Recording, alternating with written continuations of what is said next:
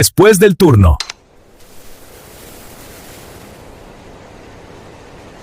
Después del turno.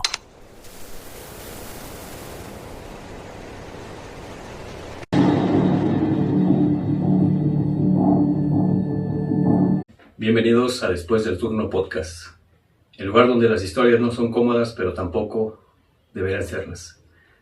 Aquí no vengo a contarte lo que ya sabes, vengo a hablarte de lo que nadie te contó, de historias, de leyendas, de lugares que parecen inventados, pero que realmente existen, de personajes que hicieron cosas tan grandes, tan grotescas, que el mundo prefirió olvidarlos. Este es el espacio donde el trabajo termina, pero la mente apenas empieza. Así que si vienes cansado, si vienes con la cabeza llena, o si solo quieres escuchar algo que te haga pensar diferente, estás en el lugar correcto. Esto es Después del Turno. En el capítulo anterior hablamos sobre los inicios y a quién se le ocurrió la creación de una de las agencias de inteligencia más poderosas en el mundo, la CIA.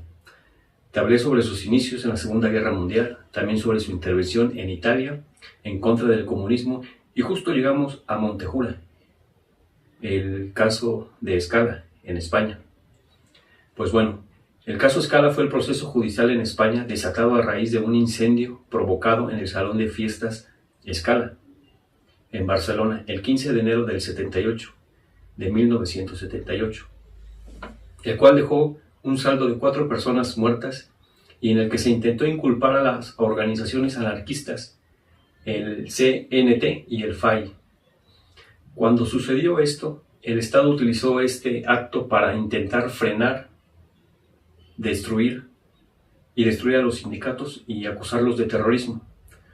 Como dato extra, el incendio fue investigado por un confidente de la policía que se infiltró, quien asimismo fue el que lo provocó. Se infiltró en el sindicato. Con esto, el Estado buscaba desacreditar el creciente movimiento anarquista en Cataluña.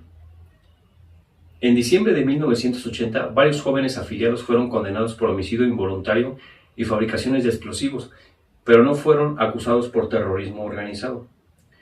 Con esto, el Estado, con ayuda obviamente de la CIA, frenó el avance de la CNT. Pero esto no fue suficiente. Después, en Alemania Occidental, fue el otro país en importancia para la agencia, en Europa Occidental.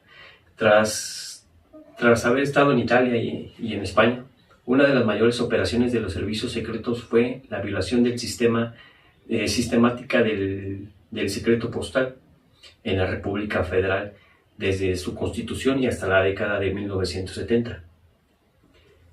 En su libro Alemania Vigilada, el control de correos y teléfonos en la antigua República Federal, el historiador de la Universidad Freiburg, Joseph, decía que durante décadas la Alemania capitalista confiscó, abrió y destruyó unos 100 millones de envíos postales procedentes de la Alemania comunista, cifra que asciende entre 250 y 300 millones de incautaciones. Si a esto se le suman los procedentes de países aliados, porque pues no eran los únicos. Joseph decía, la democracia de Adenauer era un Estado liberal moderno, eso es lo que él se formulaba en una pregunta. Más bien era un Estado autoritario, sostenido por una administración llena de ex-nazis reconvertidos que mantuvo por lo menos en los años 50 paralelos con la red estalinista que estaba. Es decir, la República Democrática Alemana, ante la que se presentaba como mundo libre, la persecución de la izquierda aporta ejemplos abrumadores a ese respeto. Joseph también indagó que entre 1951 y el 68 se emprendieron en la RFA, es decir, la República Federal Alemana, más de 200.000 procesos contra comunistas e izquierdistas. También incluía la ilegalización del Partido Comunista KPD en 1956 y que 100.000 personas fueron encarceladas solamente por esta condición. Además, millones de personas estuvieron bajo vigilancia o simplemente no se les permitió acceder a determinados puestos de trabajo por su ideología y algunos autores sostienen que en el transcurso de la Guerra Fría el gobierno alemán era era de facto un gobierno títere de los Estados Unidos, que tenía como brazo ejecutor pues a la CIA y al BND alemán, es decir, al Servicio de Inteligencia Exterior alemán. Después, con la muerte de los líderes del grupo Fracción del Ejército Rojo, la RAF, en el 76 y 77, fue un tema de gran controversia, en el que se especula que la inteligencia occidental y el Estado de la RFA pudieron desempeñar un papel determinante. Dentro también había muchos traidores. Dentro del bloque socialista, quizás sus mayores éxitos fueron en el espionaje de la Unión Soviética, pues entre el 1970 y el año 90, la CIA logró controlar y monitorizar con eficacia el crimen económico del país, el crecimiento económico del país, así como su gasto, operaciones militares y potencial nuclear. Se puso a cargo de todo. Pero no todo lo bueno o malo puede pasar en Europa. Cuando la CIA se aburre de derrocar dictaduras en el viejo continente y de llevar la democracia para los más necesitados, la CIA simplemente cambia de lugar. Y uno de sus lugares favoritos para llevar su lindocracia fue América. Y uno de sus principales lugares para ejercer su poder fue Canadá y, obvio, su mismo país, Estados Unidos. Hay que decir que según los estatutos de la CIA, la agencia tiene prohibido desarrollar actividades de inteligencia dentro de su mismo país y desarrollar actividades identificadas como policiales. Pero, sin embargo, durante la Guerra Fría, la agencia violó estas normas de manera sistemática. Pues, ya saben que son expertos en eso. Y ahora llegamos a uno de los temas más insanos y controversiales. A esos temas que uno se encuentra en las películas de fantasía y ficción. Esos temas que a veces te dejan con más preguntas, más inquieto, con muchas preguntas que requieren respuestas, pero que no las hay. Me refiero a los experimentos que la CIA realizaba en humanos con el fin de crear al soldado perfecto, a un Capitán América, o simplemente crear un superhumano. Sus programas, obviamente todos ilegales y clandestinos, en los que experimentaba con seres humanos, en ocasiones en contra de su voluntad, para lograr el control mental. ¿Y por qué digo a veces en ocasiones en contra de voluntad? Porque había personas que accedían con tal de un dinero extra para poder sobrevivir, accedían a estos experimentos. Bueno, para lograr el control mental de los individuos mediante el uso mediante el uso de drogas, y la más usada para ellos pues era el LSD, medicamentos y otros químicos, y así más tarde aplicar estas tácticas a programas de interrogatorio y tortura. Estos experimentos y programas fueron iniciados por la agencia en los años 50 y clausurados en el 73. Según todos los experimentos fueron y tuvieron lugar en universidades, fundaciones de investigación, hospitales obviamente, cárceles también, tanto en Canadá como en Estados Unidos, y contaban con la participación de empresas farmacéuticas, tales como Sandoz, que ahora se llama Novartis. Y uno de sus más célebres experimentos y programas fue el proyecto MK Ultra, del cual ya has hablado, que posteriormente fue sacado a la luz e investigado por la Comisión Rockefeller y el Senado, en el cual quizás te hablaré en otro video, porque es un tema muy grande, pero muy interesante. Como te decía, uno de sus valedores de la CIA era Canadá, y ellos le ayudaban haciendo listas de comunistas y simpatizantes entre la década de los 50 y hasta finales de los 80, fichando a más de 16,000 y 50,000 personas respectivamente conforme iba pasando el año. A lo largo de la Guerra Fría, la CIA desarrolló intensas campañas de propaganda en el interior de Estados Unidos. Una de ellas fue la Cruzada por la Libertad, Este era un intento de evitar que el público supiera que los fondos de Radio Liberty provenían de la CIA. No querían que supieran. Esto en el año de 1952 y 1975. También así, en conjunto con la NSA, desarrollaron programas para interceptar correos y comunicaciones de ciudadanos estadounidenses con el fin de encontrar espías o traidores infiltrados en el gobierno. Los proyectos Shamrock y Minarret fueron los encargados de hacer estos espionajes. Durante las protestas en Estados Unidos contra la guerra de Vietnam, la CIA, en cooperación con el programa COINTELPRO del FBI, vigiló unas 7,000 personas involucradas en los movimientos antibélicos, y también tenían archivos de otras 1,000 organizaciones y 300,000 civiles. Gracias a la operación que te mencioné, todo esto fue posible. Y pues los abusos de la autoridad de la agencia, el escándalo de Watergate, que contó con la participación de exagentes de la CIA, fueron los que contaron esto, y las investigaciones que sacaron a la luz, sus operaciones como los intentos de asesinato o el espionaje ilegal en Estados Unidos, hicieron que el Congreso intentara supervisar más de cerca a la agencia, a tiempo que el Watergate abrió la caja de los truenos sobre su participación en el intento de invasión hacia Cuba. Ante esta información revelada, la agencia empezó a estar en el ojo público y empezó a ser vista como algo malo. Esto ocurrió entre los años 70 y los años 90. Y ahora hablemos de la CIA en América Central y en el sur.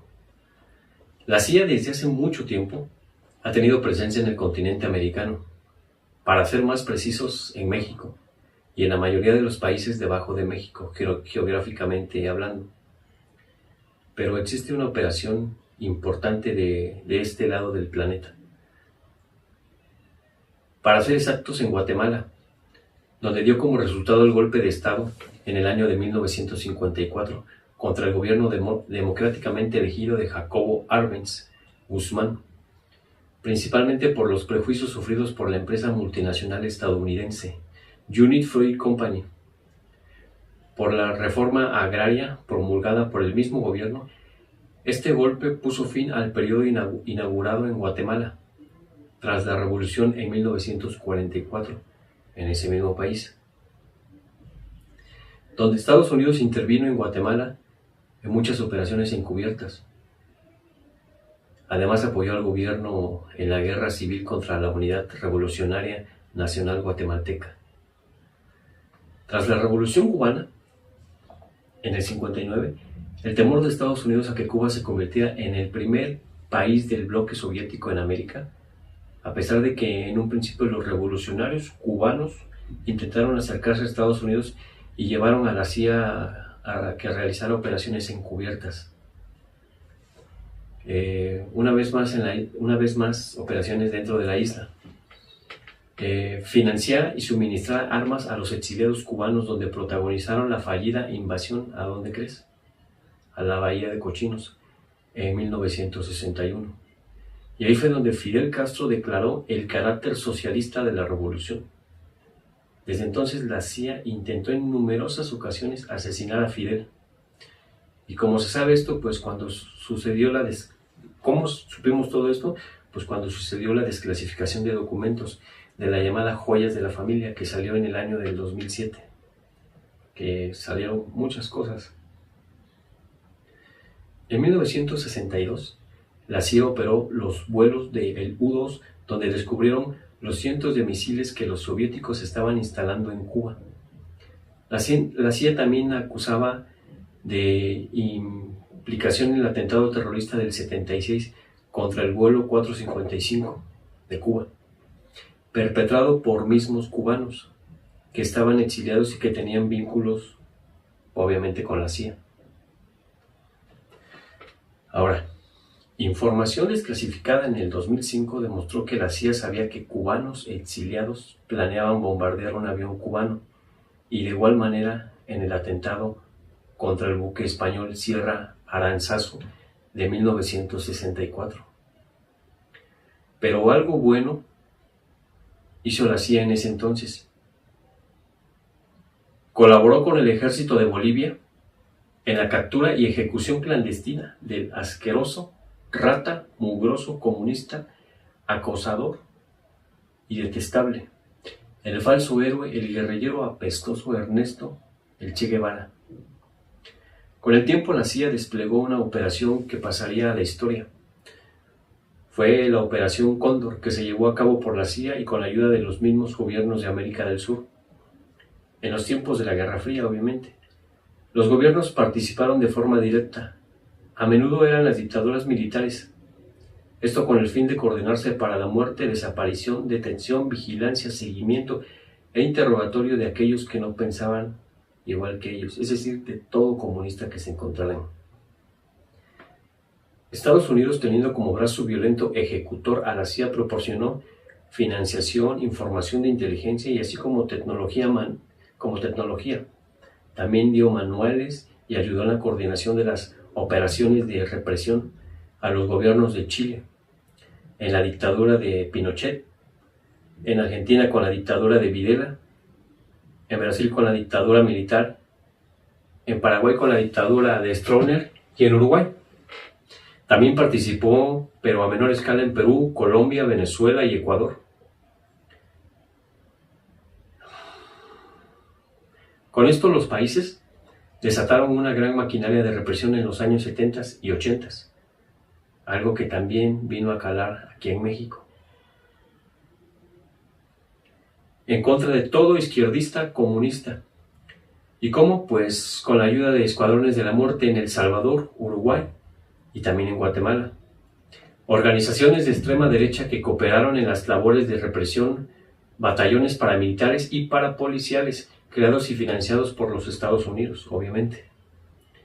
En Chile, la CIA instigó, financió de manera directa el golpe de Estado del 73 contra Salvador Allende y su gobierno de la Unidad Popular, apoyando a la empresa opositora al gobierno. Una de esas empresas era el periódico El Mercurio,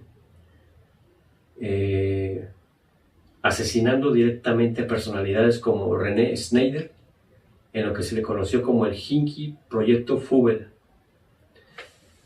Y también pues en Argentina, miles de individuos fueron torturados, asesinados y desaparecidos en el marco de la llamada Proceso de Reorganización Nacional y los vuelos de la muerte. ¿Dónde? Escucha bien esto. ¿Qué eran los vuelos de la muerte? Los torturados eran lanzados vivos desde aviones a miles de metros de altura, a mar abierto. Las prácticas de tortura fueron generalizadas en todo el continente y para eso la CIA suministró manuales de cómo hacerlo, de cómo torturar y cómo desvivir a todos los prisioneros. Esto se sabe porque en los 90 el Pentágono desclasificó varios documentos donde relataban todo esto. El grupo Colina en Perú y la Alianza Americana Anticomunista en Colombia, entre otras, completaron el entramado de organizaciones partícipes en la Operación Cóndor, donde te digo que desvivieron al Che Guevara. Y esto se pone, cada vez que indagas más, todavía se pone más tétrico, se pone más interesante. Los archivos del terror encontrados en Paraguay en la década de 1990 sacaron a la luz documentos sobre la operación del terrorismo de Estado practicado en Sudamérica dentro de la Operación Cóndor. Gracias a estos archivos se calcula que la Operación Cóndor fue responsable de la muerte de unas 50,000 personas, la desaparición de otras 30,000 y la detención y represión de unas 400,000 personas en la década de los años 80. Todo esto. La agencia intentó derrocar al gobierno revolucionario del Frente Sandinista de Liberación Nacional, el FZLN, en Nicaragua. Primero mediante operaciones encubiertas que incluían el minado de puertos y otros sabotajes, y después con el armado y financiamiento de la contra nicaragüense. Y el dinero que era enviado para ellos, para la contra nicaragüense, pues provenía de la venta de armas a Irán, a ese país que ahora todo el mundo defiende con uñas y dientes y que tiempo después fue detenida esta ayuda porque fue descubierta la venta de armas a ese país. Pero la ayuda no se detuvo porque por parte de la CIA para Paraguay y sus guerrillas, ya que la agencia obtuvo el mismo dinero, pero ahora del narcotráfico. En el 2005 el gobierno de Cuba publicó un documento titulado Operación Pantomima, donde se muestra una entrevista en el 61 al mero estilo comunista. El capturado era el agente de la CIA John Mefles Espirito, quien afirma que la agencia fue responsable del asesinato del líder del Partido Liberal de Colombia y candidato presidencial de ese mismo país. Tenía ideas socialistas. El político Jorge Eliezer Gaitán, ocurrido en 1948. En la entrevista, Espirito dice que la agencia intentó sobornar a Gaitán para que abandonara la candidatura a cambio de una nueva vida en Roma o en París. Para él y para su familia, obviamente. Según dice Espirito, cuando Gaitán se negó a aceptar el soborno de la agencia, la CIA planeó su asesinato, utilizando al antiguo colaborador de la embajada estadounidense en ese país, al personaje Juan Roa Sierra. Este asesinato trajo como consecuencias protestas violentas a nivel nacional, conocidas como el Bogotazo, y un periodo de violencia entre simpatizantes tradicionales de Colombia liberales contra conservadores, que duró poco más de 10 años, poquito, en todo el país, dejando un saldo de más de 200,000 muertos y más de 6 millones de víctimas entre desaparecidos, amenazados, torturados, secuestrados, desplazados y en muchos casos abusadas, en el caso de mujeres y de las más pequeñas. En la Guerra Fría, la agencia tuvo presencia también en África, donde llevó su linda democracia. Asimismo, la CIA tuvo presencia en Angola en el 75, entrenando y contratando empresas militares y mercenarios para su guerra civil. También operó en Kenia, en Sudán, en Sudáfrica y Somalia. La operación Ajax, creo que así se dice, fue donde la agencia participó en el golpe de Estado de Irán en el 53, instigado por el Reino Unido y Estados Unidos, y así poder quedarse con las reservas de petróleo. En Asia, la agencia operó en Indochina desde los años 40 hasta los años 60, con ayuda de la inteligencia francesa y con ayuda del narcotráfico. En 1960 la agencia trató de frenar el comunismo indonés, ya que era el partido comunista más grande del mundo, y esto desató una de las peores masacres en la historia, con más de 1 millón de comunistas indoneses que fueron acusados por ser comunistas y fueron desvividos. Esto fue dicho por la misma CIA, por nadie más. En Vietnam, la CIA creó el programa Phoenix, ejecutado por Vietnam del Sur y Fuerzas Especiales del Ejército de Estados Unidos, que tenía por objetivo la identificación y neutralización de aquellas personas que apoyaban y sostenían la infraestructura civil que sostenía al Frente Nacional de Liberación de Vietnam, más conocido como el Vietcong. La Operación Ciclón se dio cuando la Unión Soviética invadió Afganistán en el 79 y Estados Unidos financió a los muyadines, es decir, fundamentalistas islámicos que luchaban contra el gobierno afgano y el soviético. Una de las intervenciones más caras que la CIA ha tenido, con un precio de más de 20,000 millones de dólares que fueron dados a los afganos.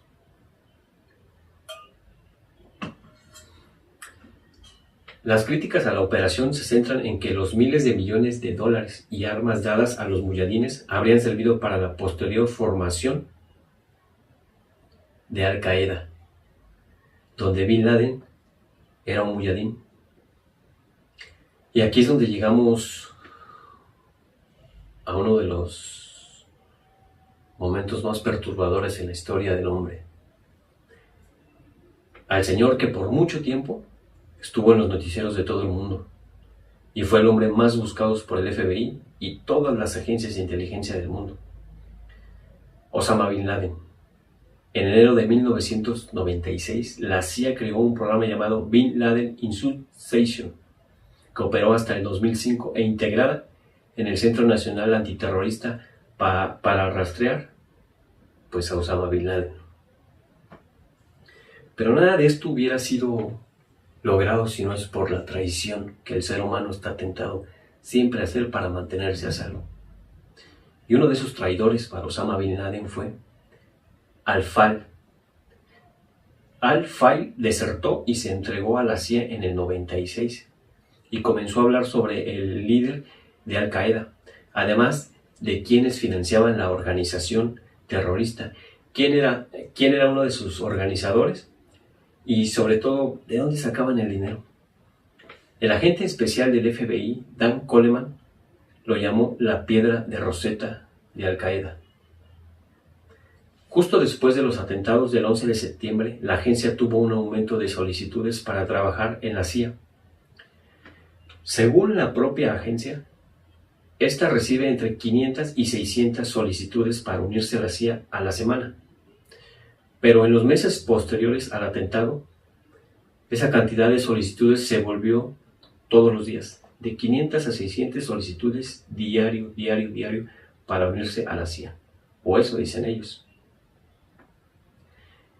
En una reunión en Campo David el 15 de septiembre del 2001 se aprobó el plan propuesto por George Tenet, un general del Pentágono, para comenzar una guerra secreta en el que agentes paramilitares de la CIA trabajaran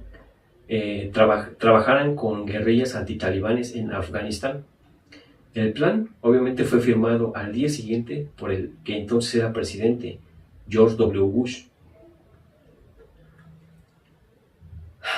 Después, en el 2003, con la falsa idea de que Irak tenía armas de destrucción masiva, Bush autorizó una invasión de la cual ya habrás escuchado, obviamente, en películas, en canciones, en muchos temas. La CIA y sus cuerpos especiales fueron los primeros en llegar a Irak.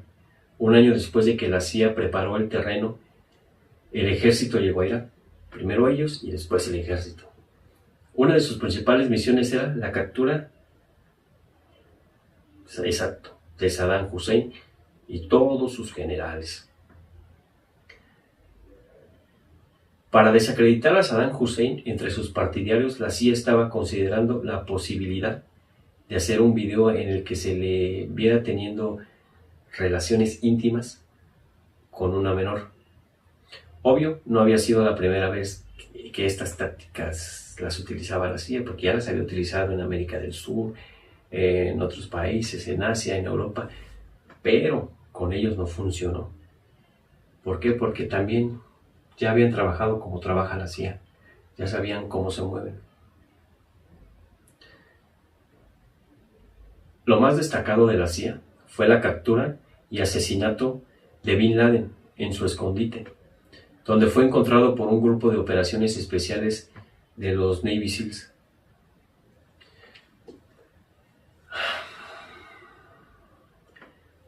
Pero esto pasó cuando la CIA capturó a Khalid Sheikh Mohammed, que tras ser interrogado al estilo de la CIA, reveló la identidad del mensajero de Bin Laden. El seguimiento del mensajero proporcionó a la CIA el lugar donde vivía el líder de Al-Qaeda, o sea, donde estaba Osama. El Servicio de Recolecciones Especiales de los Estados Unidos es una oficina operada conjuntamente por la CIA, la NSA, encargada para realizar labores de vigilancia electrónica clandestina en embajadas y territorios hostiles en todo el mundo. Hubieron muchas agencias que se organizaron para dar con Osama, pero ni toda la inteligencia puede contra un soplón. Y eso fue lo que pasó. Hubo un traidor, y gracias a ese traidor fue capturado el líder de Al-Qaeda y fue capturado el presidente. Ninguna inteligencia va a poder más que un soplón. Bueno, gracias a la... hablando de que la CIA terminó con Osama, terminó con Osama Bin Laden y acabó con la vida del presidente Saddam Hussein. Hubo un personaje que después filtró mucha información. Gracias a las filtraciones de Edward Snowden, de 2013 se descubrió que el servicio secreto, el SCS, es una de las organizaciones implicadas en la red de vigilancia de más alto rango y más alto secreto.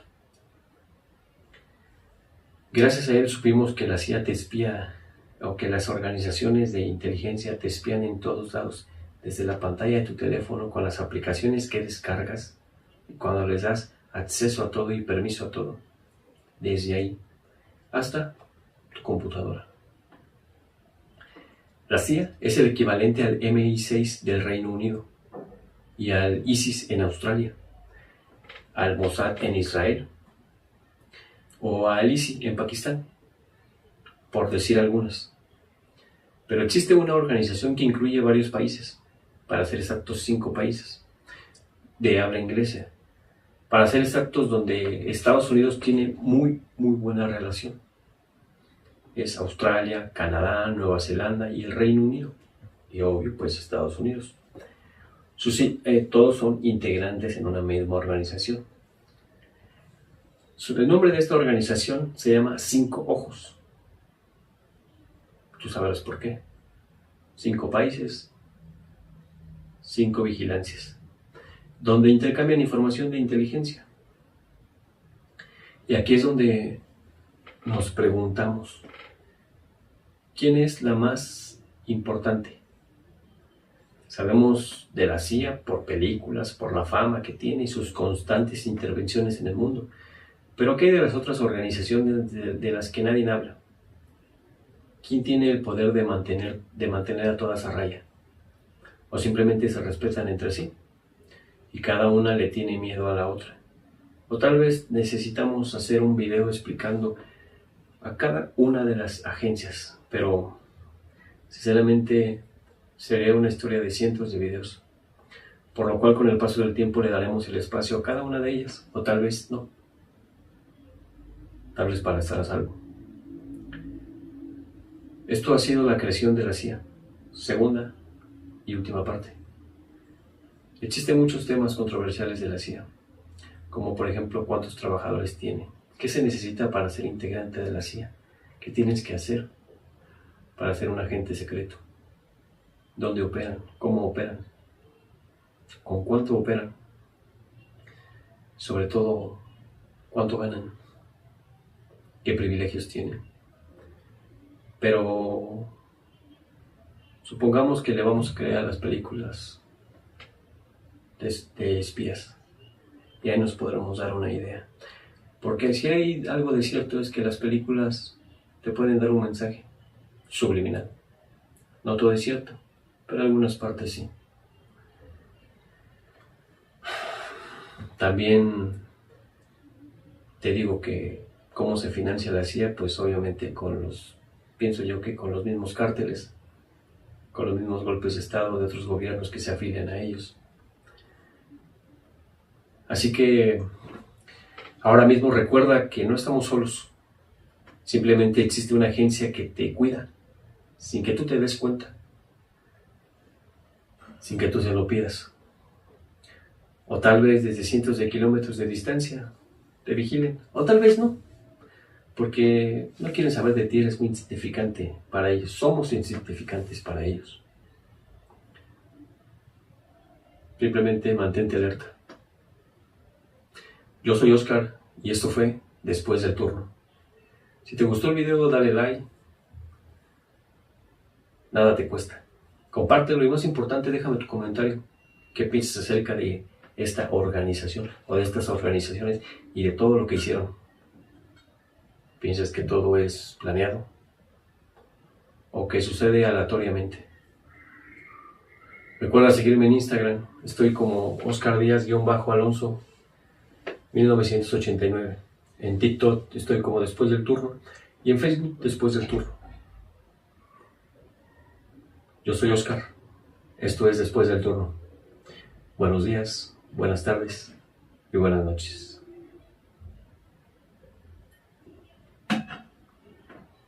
Hasta el próximo video. Después del turno.